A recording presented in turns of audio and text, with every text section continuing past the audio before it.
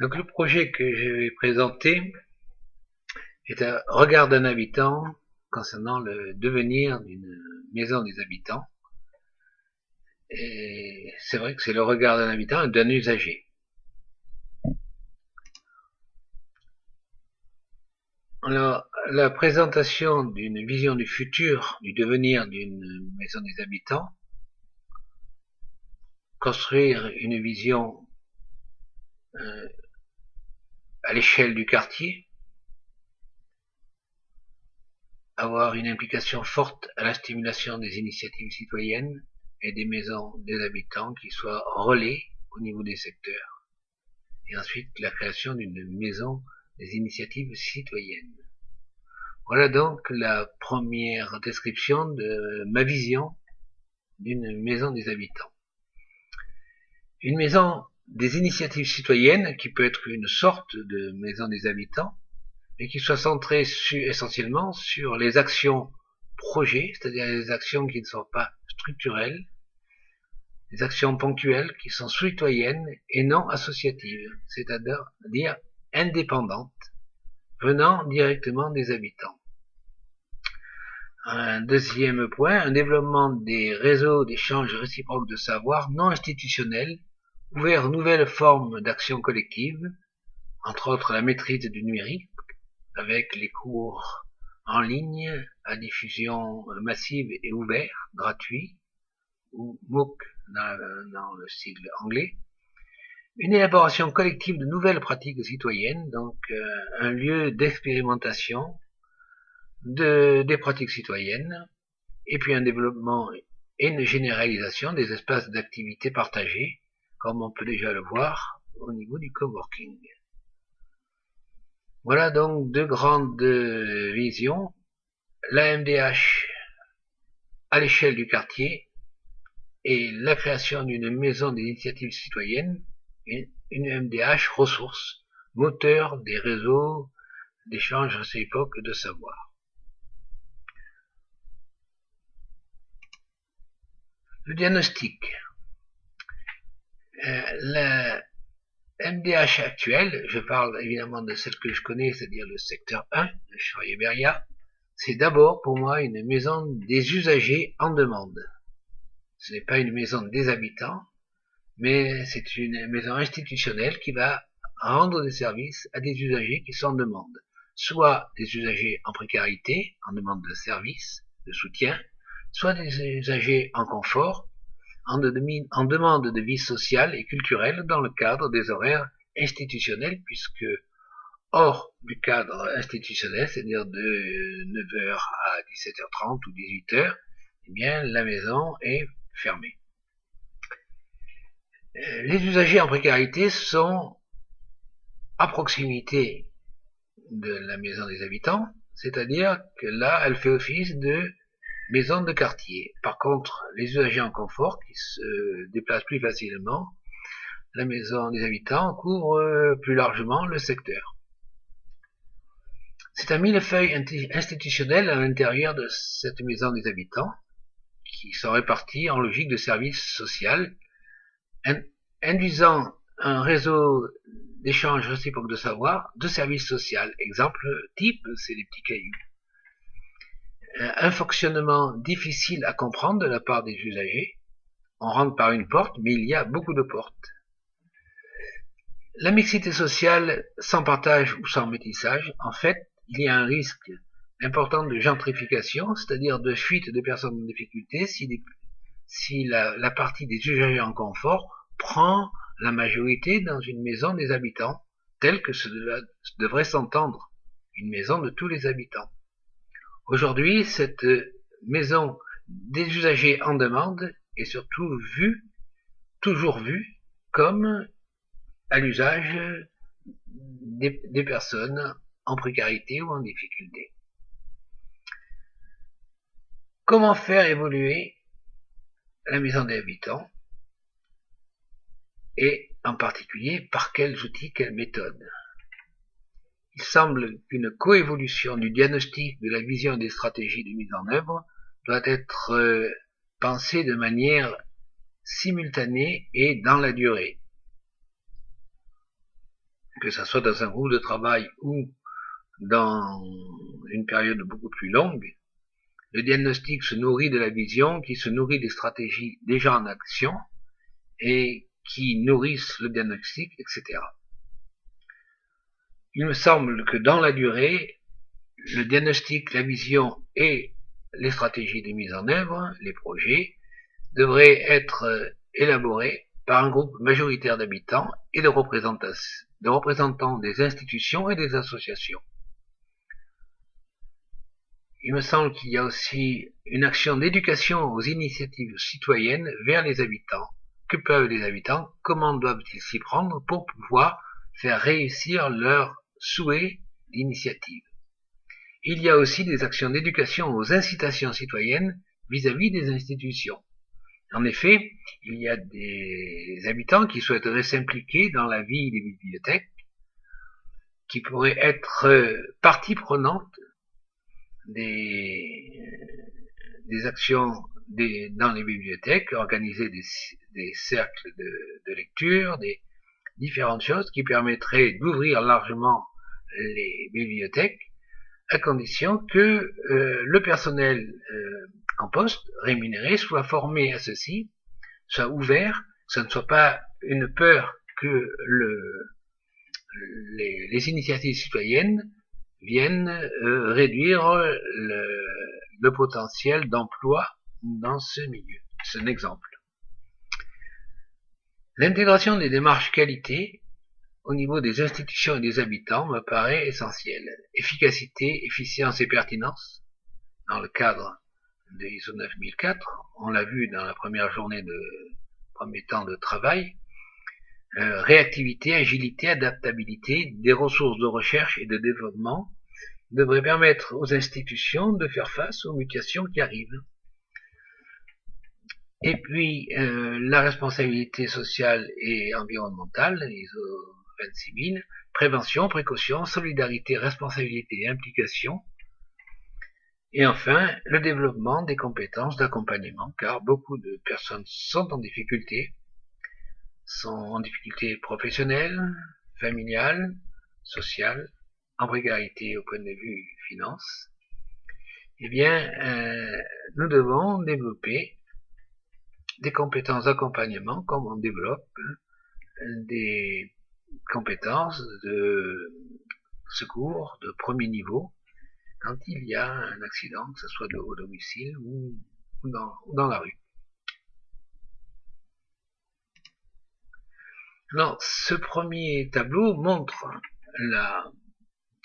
la maison des habitants telle qu'on peut l'apercevoir aujourd'hui, avec un ensemble de services et de ressources matérielles qui viennent de la politique de la ville, qui viennent des partenaires, dont le CCAS, mais aussi des associations, et puis des ressources compétentes venant des habitants, qui sont à la fois usagers, très peu sont usagers des maisons des habitants, et très peu sont des ressources compétentes et qui peuvent aider et développer la maison des habitants.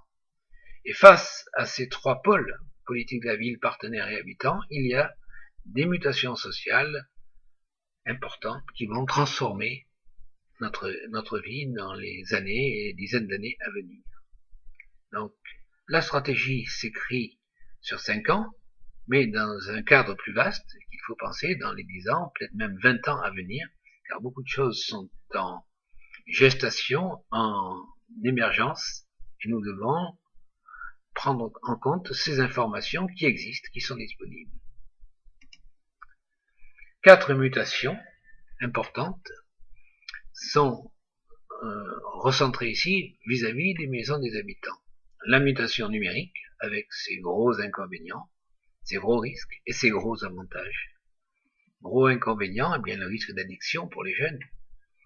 Le gros avantage, c'est par exemple la mise en place de cours en ligne gratuits qui permet d'accéder facilement à de multiples formations de tout type, pour tout type d'habitants, depuis les jeunes jusqu'aux seniors.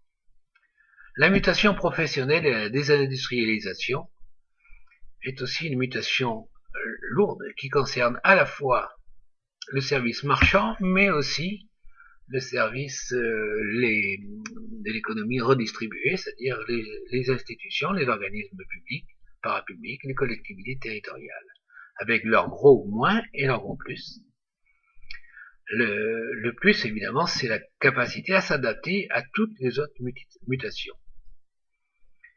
Enfin, les mutations familiales et religieuses qui modifient le rapport des uns aux autres et créent des difficultés par l'incompréhension que l'on a de ces évolutions. Nous reviendrons sur ces points un peu plus tard. Et puis donc, les différentes mutations, je ne les ai pas toutes évoquées ici, induisent une mutation politico-économique très importante.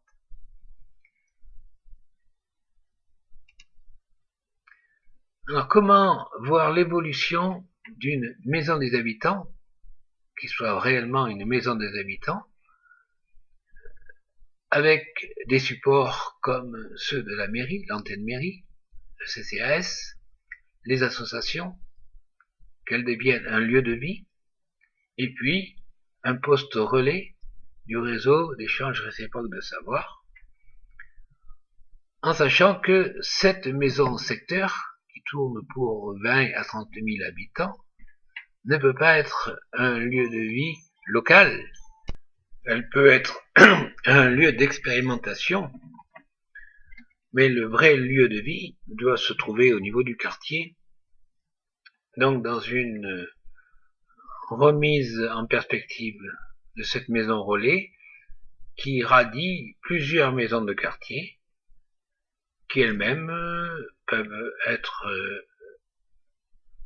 un espace de lieu de vie, évidemment, mais d'apport du réseau d'échange réciproque de savoir, d'apport des différentes associations et d'apport du CCAS dans les espaces qui sont déjà attribués. Et puis on peut imaginer aller encore plus près de l'habitant, vers des îlots, où petit à petit la part institutionnelle disparaît et laisse place aux initiatives locales citoyennes. Donc un maillage qui va de la métropole jusqu'à l'îlot d'immeuble, où à chaque niveau, les ressources disponibles vont s'appuyer, s'entraider, se fertiliser, en quittant petit à petit l'institutionnalité pour aller vers l'initiative individuelle. Alors, cette maison des habitants relais, qui est aujourd'hui la maison du secteur, eh bien, va se tourner vers la métropole, en intégrant l'annexe mairie. Elle va pouvoir faire un relais avec la mairie et puis avec la métropole.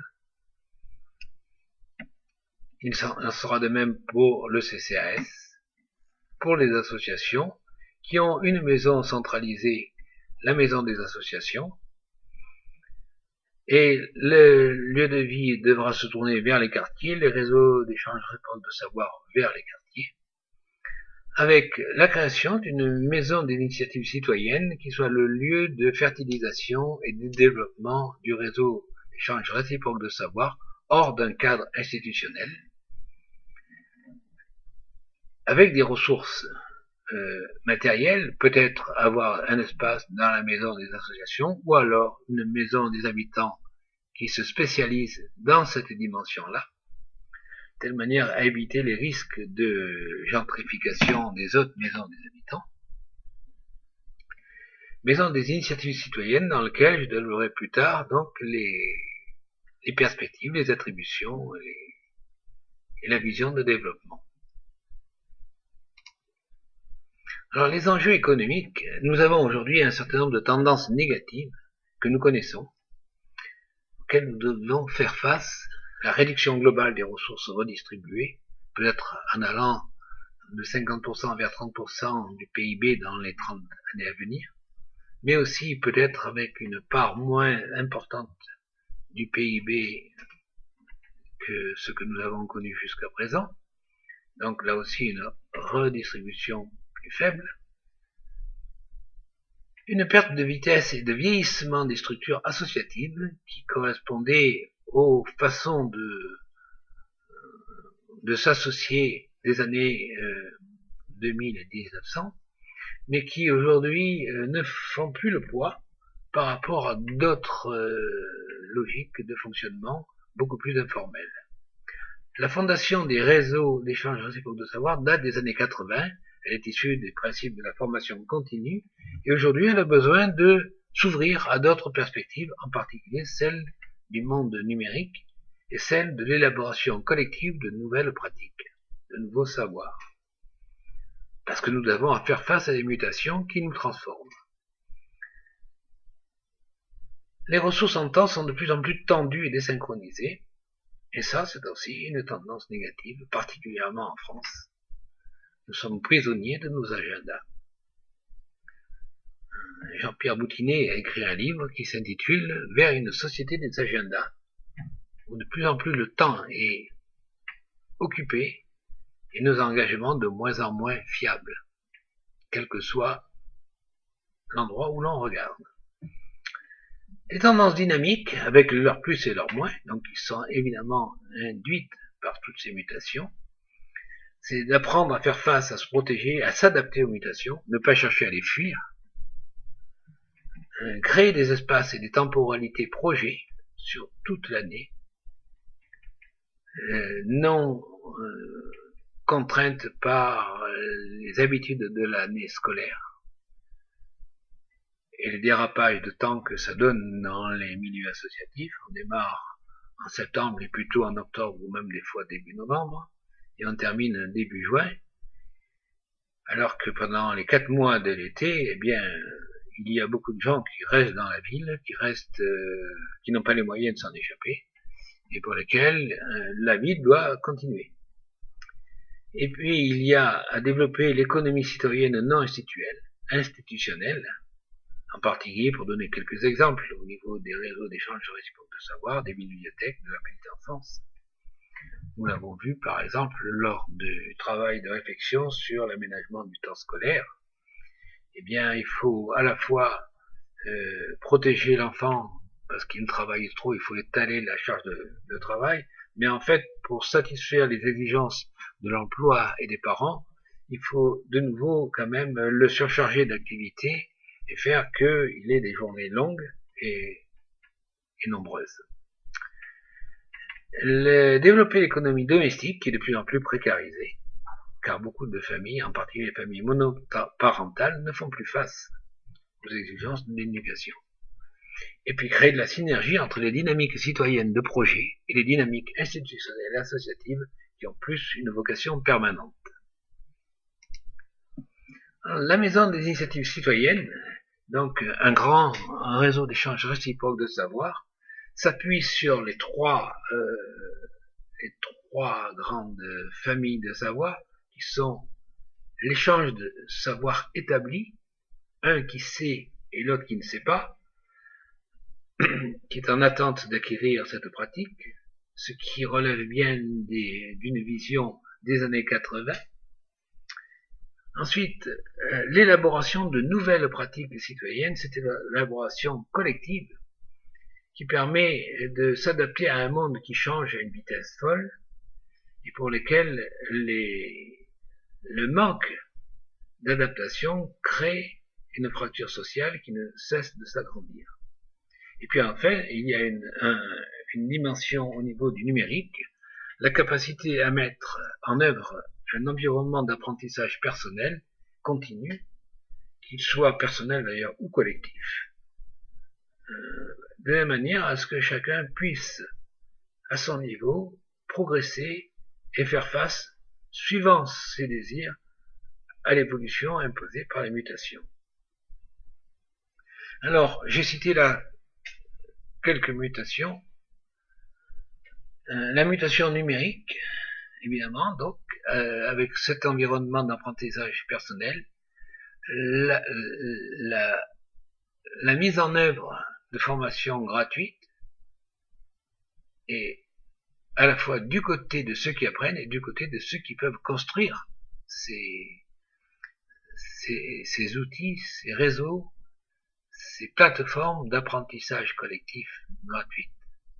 Et enfin, à un niveau plus modeste, l'apprentissage de l'écriture numérique créative qui permet à chacun d'utiliser à bon escient tout ce qui lui est mis sur l'ordinateur à sa disposition de manière gratuite une fois qu'il a payé la connexion Internet. Les mutations familiales et religieuses qui modifient beaucoup notre rapport les uns aux autres, le rapport de voisinage. Nous avons besoin de comprendre les grandes traditions, leurs apports positifs, que ce soit des traditions religieuses ou athées, que nous devons apprendre aussi c'est une éducation à la vie en ménage, qui est le parent pauvre en fait de tous les secteurs de la formation. Et je vois dans l'université combien les étudiants en 3e année qui vont rentrer et être pris dans l'engrenage du métier, combien leur éducation à la vie en ménage est pauvre et inexistante.